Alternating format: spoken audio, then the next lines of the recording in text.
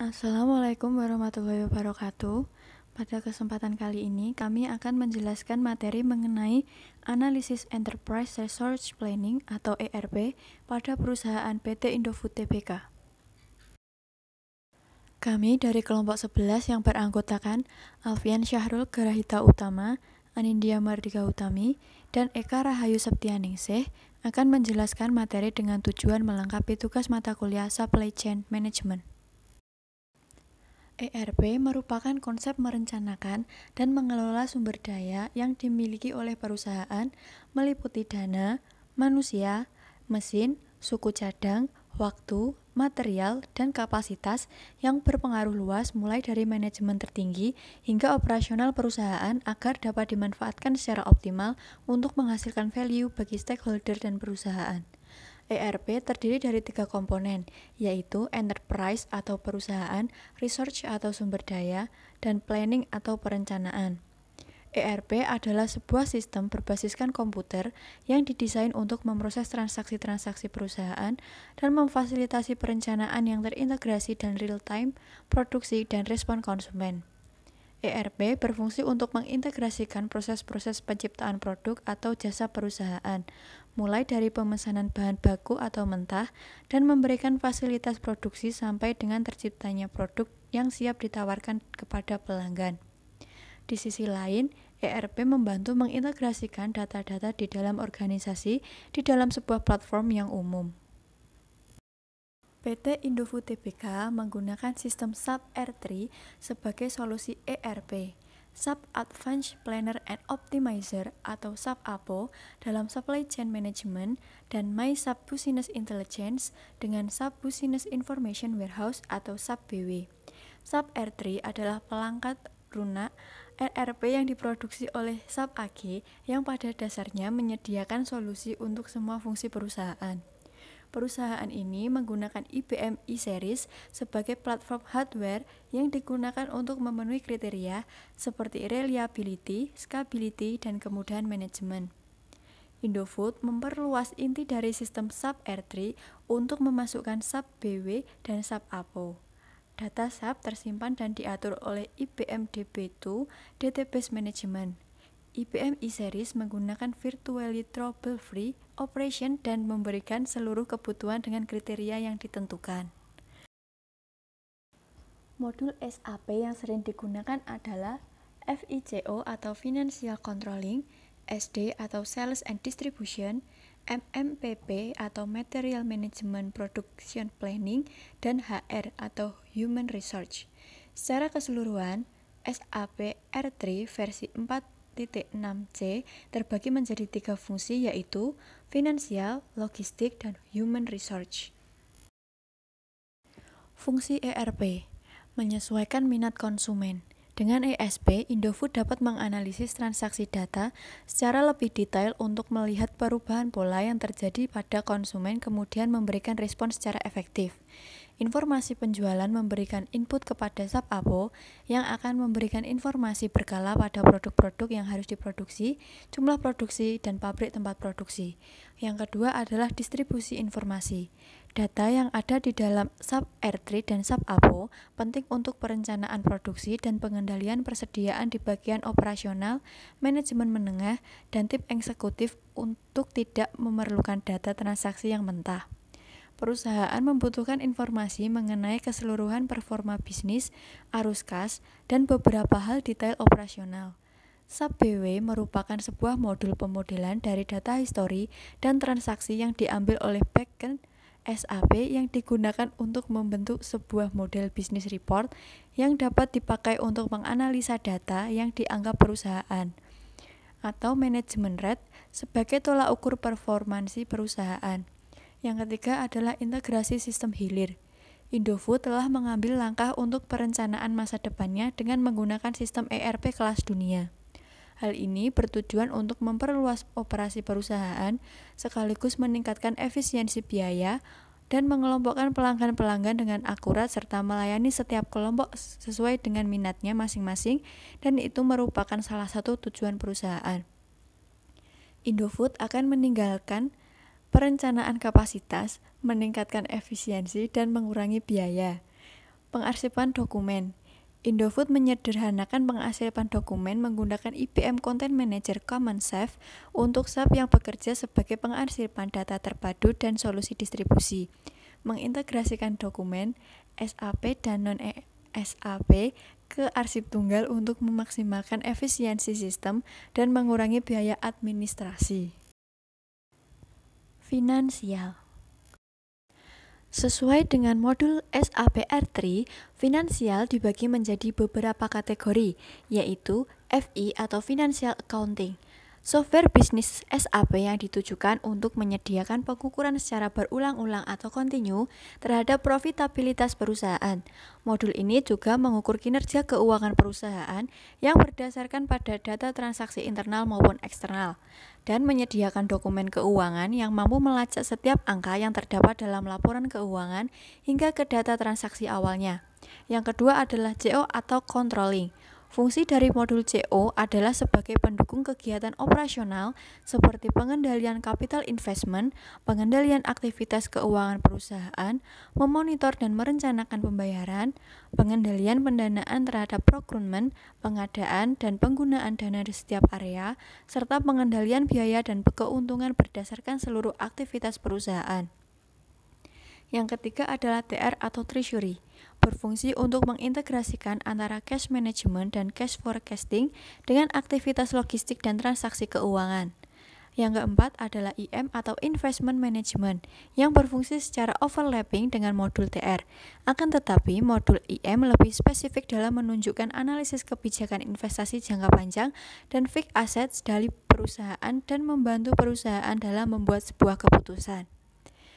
Yang terakhir ada EC atau Enterprise Controlling, yang bertujuan untuk memberikan akses bagi enterprise controller kepada information dan warehouse mengenai kondisi keuangan perusahaan, hasil dari perencanaan dan pengendalian perusahaan, investasi, maintenance dari aset perusahaan, akuisisi dan pengembangan SDM perusahaan, kondisi pasar yang berkaitan dengan pengambilan keputusan seperti ukuran pasar market share dan kompetitor performance. Faktor-faktor struktural dari hasil proses bisnis seperti struktur produksi, struktur biaya, financial accounting, dan profitability analysis. Laporan keuangan konsolidan PT Indofood Tbk telah disusun sesuai dengan standar akuntansi keuangan di Indonesia yang mencakup pernyataan dan interpretasi yang dikeluarkan oleh Dewan Standar Akuntansi Keuangan Ikatan Akuntan Indonesia dan Peraturan Nomor 8J7 tentang pedoman penyajian serta pengungkapan laporan keuangan yang diterbitkan oleh Otoritas Jasa Keuangan atau OJK. Laporan keuangan konsolidasian, kecuali laporan arus kas konsolidasian, telah disusun berdasarkan konsep akrual dengan menggunakan konsep biaya historis. Laporan arus kas konsolidasian yang disajikan dengan metode langsung menyajikan penerimaan dan pengeluaran kas dan setara kas yang diklasifikasikan sebagai aktivitas operasi, investasi, dan pendanaan. Supply chain management atau logistik.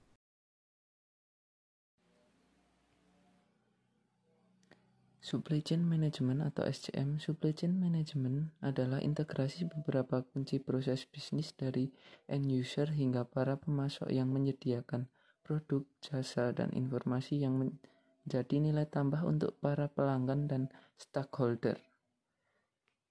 Nah, seperti gambar di samping itu ada langkah-langkahnya dari SCM. Yang selanjutnya adalah logistik. Logistik dibagi beberapa tahap, yaitu ada LE Logistic Execution, kemudian SD atau Sales Distribution, kemudian MM atau Materials Management, yang kemudian PP atau Product Planning, selanjutnya ada PM Plan Maintenance, selanjutnya ada QM Quality Management, yang dan terakhir ada BS Project System. Yang selanjutnya adalah human resource. Tenaga kerja yang handal dan berkualitas merupakan dasar bagi keberhasilan Indofood yang berkelanjutan di tengah ketatan persaingan usaha. Perseroan meyakini pentingnya memelihara dan memotivasi karyawan melalui praktik SDM yang baik. Untuk itu, salah satu prioritas perseroan adalah pengembangan dan pelaksanaan strategi SDM yang selaras dengan kebutuhan usaha. Menyadari pentingnya peran pelatihan SDM dalam mendukung kesuksesan dan kesinambungan perseroan, itulah mengapa perusahaan ini menempatkan manajemen sumber daya manusia sebagai salah satu strategi dan kunci utama menuju kesuksesan kinerja PT Indofood Tbk tersebut. Harus berupa pembina hubungan baik dengan karyawan di semua tingkat staf hingga manajemen untuk saling menguntungkan.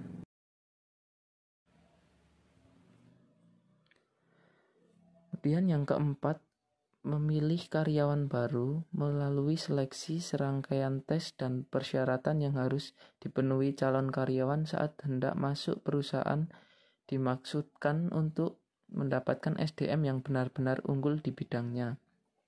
Kemudian yang kelima, menawarkan jenjang karir dan promosi jabatan sebagai stimulasi untuk memicu kemampuan setiap karyawan mengembangkan diri demi memajukan perusahaan.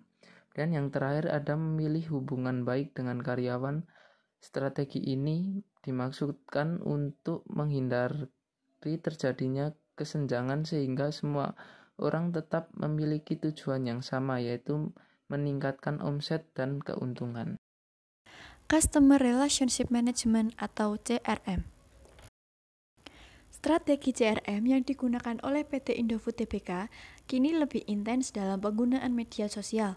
Meskipun iklan yang ditampilkan di TV ataupun media cetak terus dilakukan, akan tetapi promosi yang menggunakan pendekatan many-to-many dinilai lebih efektif. Customer Relationship yang diterapkan oleh PT Indofood Tbk antara lain Noodle Community. Melalui jaringan Noodle Community, Indofood dapat menjalin komunikasi yang baik dengan para konsumennya. Dengan jaringan ini pula, Indofood dapat menembus pangsa pasar dan merebut perhatian serta minat noodle community. Di Australia, terdapat sebuah komunitas bernama Noodle Culture yang menjadikan mie instan sebagai bagian dari culinary taste. Sedangkan di Indonesia terdapat Noodle Shop atau lebih akrab disebut warkop atau warung kopi. Yang kedua ada distribution channel. Distribusi produk-produk Indofood biasanya dilakukan dalam jumlah besar melalui supermarket seperti Hypermart, Carrefour, Hero, dan masih banyak lagi. Selain itu, produk-produk Indofood juga dijual di warung-warung kecil milik masyarakat. Yang ketiga adalah partner. Partner sangat diperlukan dalam proses Indofood merambah pasar internasional. Dengan adanya supplier-supplier dan perusahaan-perusahaan di luar negeri yang bersedia menjadikan Indofood sebagai partner bisnisnya, maka Indofood akan memiliki konsumen tetap di luar negeri dan memungkinkan adanya ekspansi ke negara lain. Selanjutnya adalah Health Institute. Indofood memiliki akses dengan institut-institut kedokteran guna mengklarifikasi keamanan pangan produknya serta melakukan penyuluhan mengenai angka batas wajar konsumsi makanan cepat saji dan produk-produk Indofood agar konsumen tetap merasa aman dan tenang. Yang terakhir adalah media cetak dan elektronik. Ditemukannya banyak iklan produk Indofood di banyak media membuktikan bahwa dalam promosi, pihak Indofood selalu menaruh perhatian besar hingga bekerja dengan sedemikian apik. Tak hanya melalui media cetak dan elektronik, promosi Indofood terkadang juga memanfaatkan banner dan baliho yang terpasang di ruas-ruas jalan. Jam tayang iklan produk Indofood juga bisa dikatakan tinggi, dan Indofood juga sering menjadi sponsor dalam acara-acara lokal. Dalam meningkatkan mutu produk dan memberikan yang terbaik kepada pelanggan, PT Indofood Tbk telah membentuk fungsi layanan konsumen Indofood untuk menerima dan menanggapi masukan dari konsumen. Melalui fungsi layanan konsumen Indofood, perusahaan menyediakan layanan telepon bebas pulsa atau toll-free dan surat elektronik atau email kepada para konsumen. Layanan ini beroperasi mulai pukul 8 hingga 5 sore waktu Indonesia Barat setiap pada hari kerja dan 8 hingga 3 sore pada hari Sabtu dan hari libur nasional.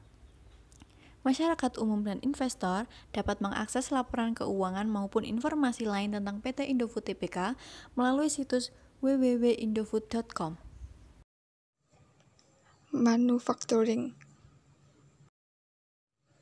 Manufacturing proses produksi PT Indofood. Proses pembuatan mie instan terdiri dari 8 tahap, yaitu pencampuran, pengepresan, pembentukan untaian, pengukusan, pemotongan dan percetakan, penggorengan, pendinginan, dan pengemasan. Proses-proses tersebut yaitu yang pertama ada pencampuran.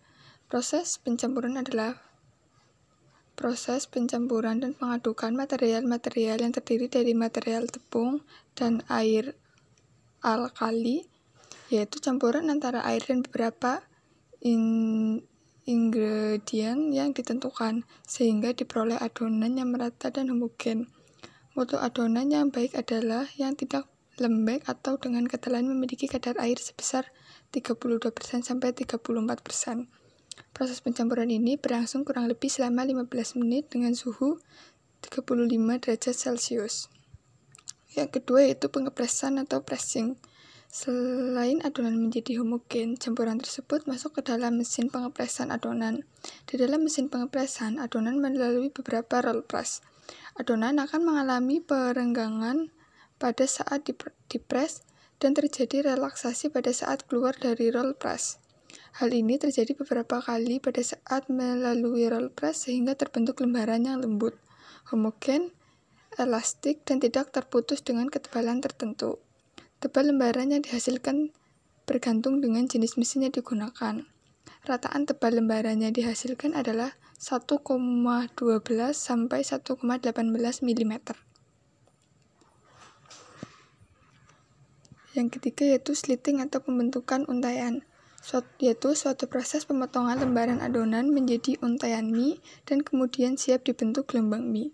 Selanjutnya, untaian mie tersebut dilewatkan ke dalam suatu laluan berbentuk segi empat yang disebut weaving net, sehingga terbentuk gelombang mie yang merata dan terbagi dalam beberapa jalur. Yang keempat yaitu streaming atau pengukusan. Proses selanjutnya adalah proses pengukusan untaian mie yang keluar dari sliter secara kontinu dengan menggunakan stream box atau mesin yang memiliki tekanan uap yang cukup tinggi dengan suhu tertentu. Proses pengukusan akan berlangsung selama 2 menit dengan suhu pemanas kurang lebih 65 derajat Celcius. Tujuannya adalah memasak mie mentah menjadi mie dengan sifat fisik padat. Dalam proses streaming ini akan terjadi proses gelatinisasi pati dan koagulasi gluten yang menyebabkan gelombang mie bersifat tetap dan memiliki tekstur lembut, lunak, elastis, dan terlindungi dari penyerapan minyak yang terlalu banyak pada proses penggorengan atau frying. Yang kelima yaitu cutting and folder atau pemotongan dan pencetakan. Pemotongan dan pencetakan adalah suatu proses memotong lajur mie pada ukuran tertentu dan melipat menjadi 2 bagian sama panjang. Kemudian mendistribusikannya ke mangkok penggorengan. Mie dipotong dengan menggunakan alat berupa pisau yang berputar. Yang keenam yaitu frying atau penggorengan. Proses penggorengan adalah suatu proses merapikan mie di dalam mangkok penggorengan, kemudian merendamnya di dalam media penghantar panas. Dalam hal ini, minyak olain atau minyak goreng pada suhu tertentu dalam waktu tertentu. Tujuan dari proses penggorengan adalah untuk mengurangi kadar air dalam mie dan pemantapan pati tergelatinisasi. Kadar air setelah penggorengan adalah 4% sehingga mie menjadi matang, kaku, dan awet. Yang berikutnya itu cooling atau pendinginan. Ruangan pendingin mie adalah ruangan atau lorong yang terdiri dari sejumlah kipas untuk menghembuskan udara segar ke mie-mie yang dilewatkan dalam ruangan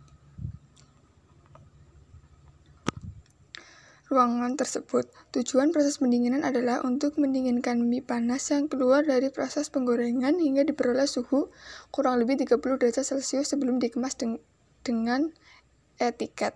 Dengan diperolehnya suhu mie yang rendah sebelum dikemas, maka mie akan lebih awet untuk disimpan dan dalam etiket selama beberapa waktu dan menghindari penguapan air yang kemudian menempel pada permukaan bagian dalam etiket yang dapat menyebabkan timbulnya jamur.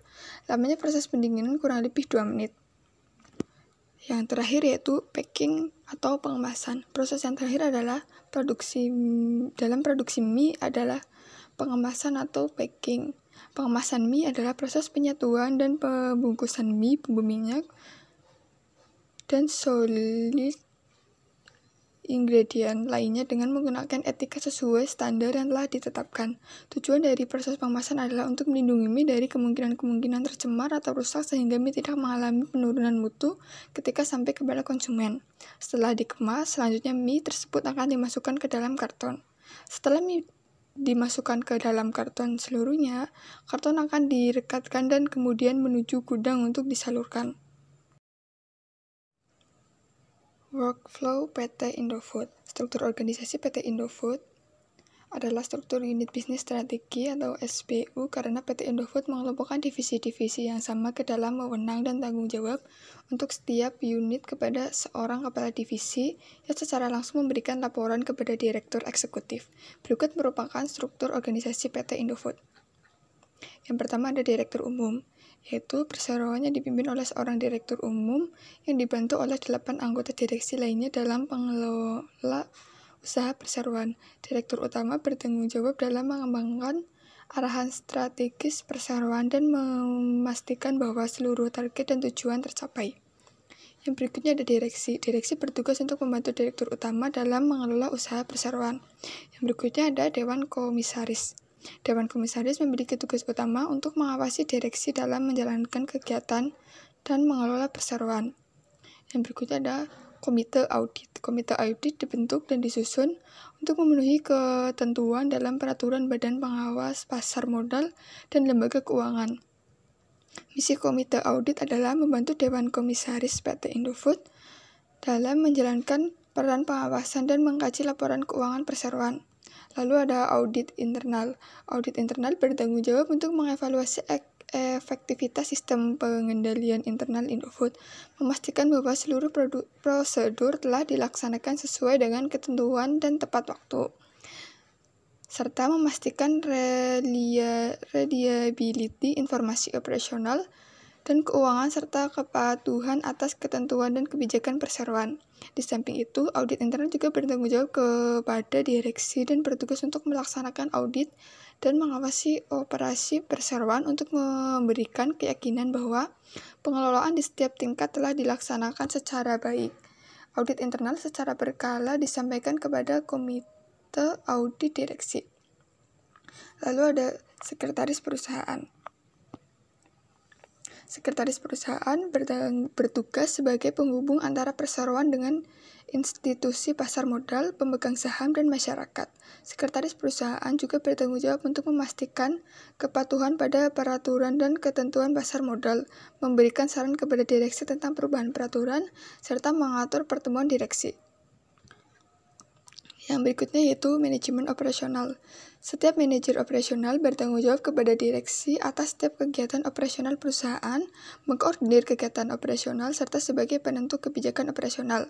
Divisi pada manajemen operasional antara lain adalah divisi mie instan, divisi packing, divisi dairy, divisi nutrisi dan makanan khusus, divisi snack foods, divisi food seasoning, divisi internasional, divisi bogasari, divisi agribisnis, dan divisi distribusi. Lalu ada manajemen korporasi. Setiap manajemen korporasi memiliki fungsi masing-masing sebagai pengelola kegiatan perseroan.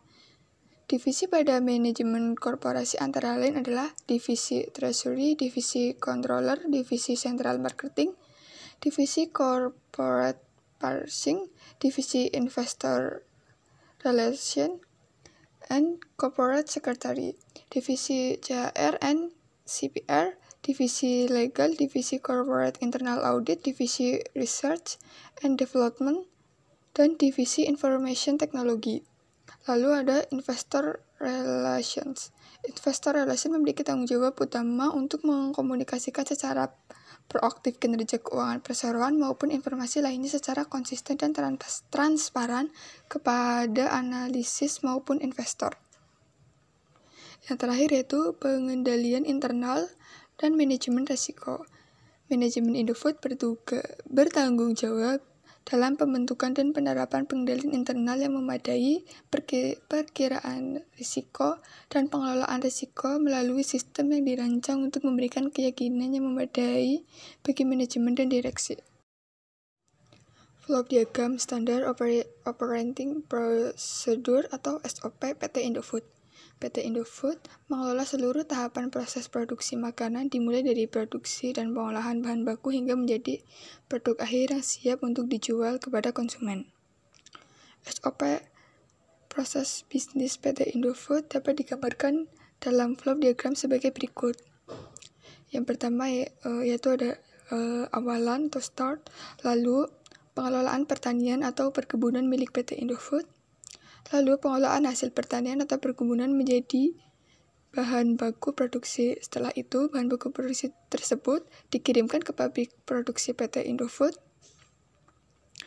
Lalu setelah sudah dikirimkan ke pabrik, akan melalui proses pengolahan, yaitu pengolahan bahan baku menjadi produk. Lalu setelah melalui pengolahan, produk tersebut akan diteliti, yaitu ada penelitian produk.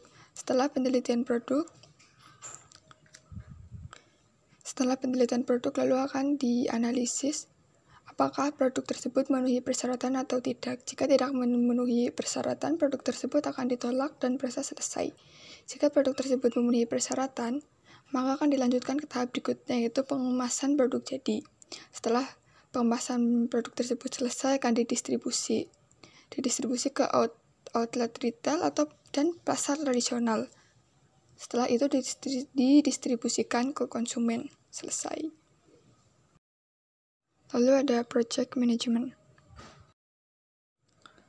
Mendukung perencanaan pendahuluan terhadap waktu dan nilai, perencanaan detail menggunakan cost element atau unit costing, menetapkan waktu kritis, pendeskripsian aktivitas dan penjadwalan, koordinasi dan resource melalui otomatisasi permintaan material, manajemen inventory, networking planning, monitoring material, kapasitas dan dana selama proyek berjalan, evaluasi akhir proyek dengan analisis hasil dan perbaikan. Activity management, yang pertama ada planning atau perencanaan. Lalu yang kedua ada organizing atau struktur organisasi. Struktur organisasi perusahaan merupakan struktur organisasi fungsional staff. Salah satu alat bagi pemimpin untuk mencapai tujuan perusahaan adalah dengan adanya organisasi yang baik. Dalam artian sesuai dengan kebutuhan perusahaan.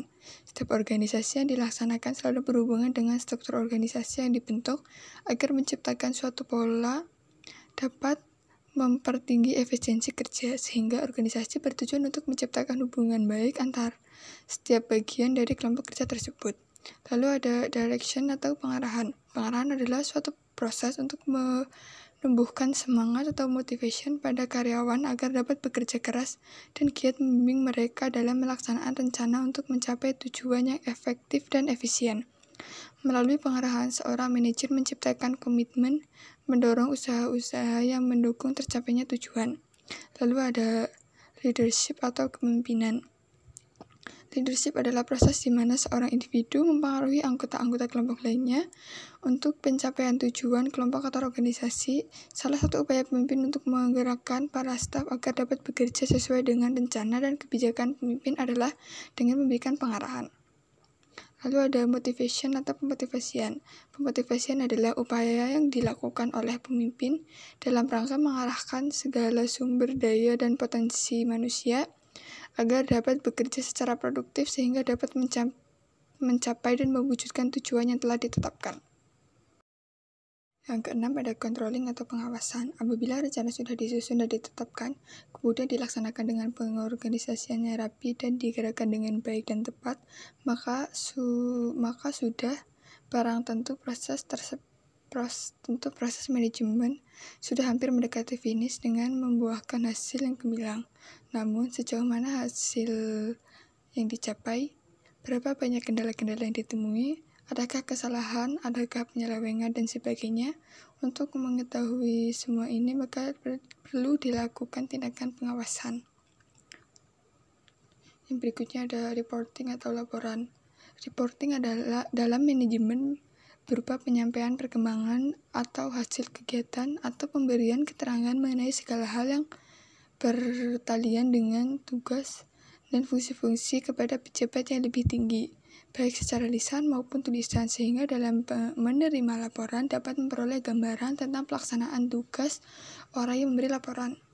Lalu ada ramalan. Ramalan atau forecasting adalah kegiatan mengestimasi apa yang akan terjadi pada masa yang akan datang.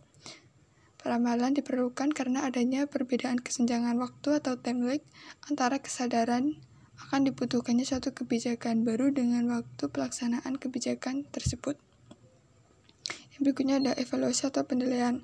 Evaluasi adalah kegiatan atau proses untuk mengukur dan selanjutnya menilai sampai di manakah tujuan yang telah dirumuskan sudah dapat dilaksanakan.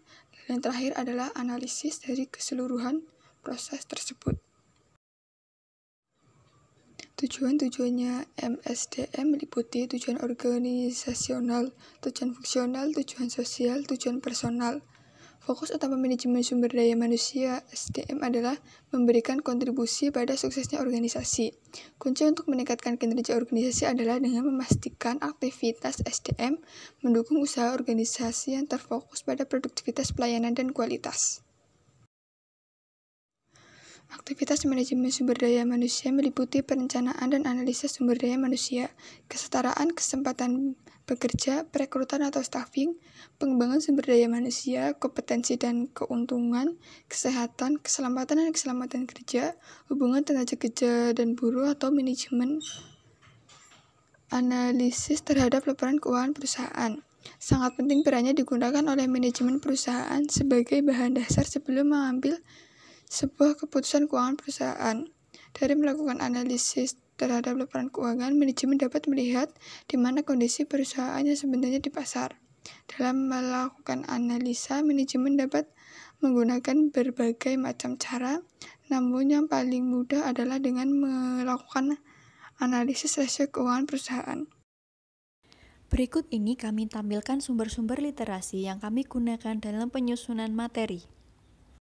Sekian pemaparan materi dari kelompok 11, lebih dan kurangnya mohon maaf. Wassalamualaikum warahmatullahi wabarakatuh.